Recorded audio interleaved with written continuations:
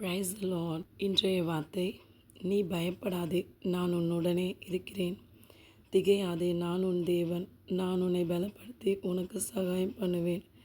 என் நீதியின் வலது கரத்தினால் உன்னை தாங்குவேன் என்று ஆண்டவர் இயேசு கூறுகிறார். பிரியமானவர்களே, பயப்படுற சூழ்நிலை எல்லாருக்குமே வரும். எக்ஸாம் எழுதுறது ஸ்டூடெண்ட்ஸ்க்கு பயத்தை கொண்டு வரும்.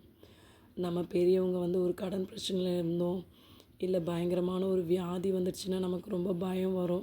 இல்லை குடும்பத்தில் ஒரு சண்டை வந்துச்சுன்னா இந்த பிரச்சனை எப்படி முடியும் அப்படின்லாம் நிறைய பயங்கள் இருக்கும். ஸோ இந்த பயத்தெல்லாம் ஏசப்பா நீக்கி போட்டுருவாங்க. ஏன்னா ஏசப்பா உங்கள் கூட இருக்காங்க. பயப்படாதீங்க. பயப்படுறவங்களும் அவிசுவாசிகளும் பரலோக ராஜ்யத்துக்கு போக முடியாது. அக்னியும் கந்தவுமான நரகத்துக்கு தான் போக முடியும்.